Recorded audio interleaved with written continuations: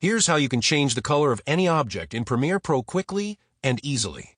Start by opening the Lumetri Color panel.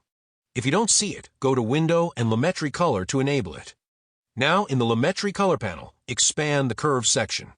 If the panel looks grayed out, make sure you have selected your video clip in the timeline. Next, scroll down to Hue versus Hue and select the eyedropper tool next to the checkbox. Then, in the preview window, click on the color you want to change. Holding Control while clicking helps select a broader range of that color. You'll now see several points appear on the Hue versus Hue curve. Drag the middle point up or down to shift the selected color to your desired shade. You should instantly see the color change in your video.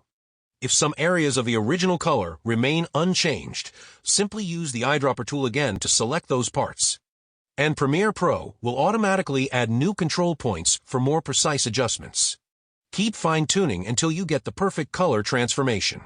Thank you for watching, and see you in the next video.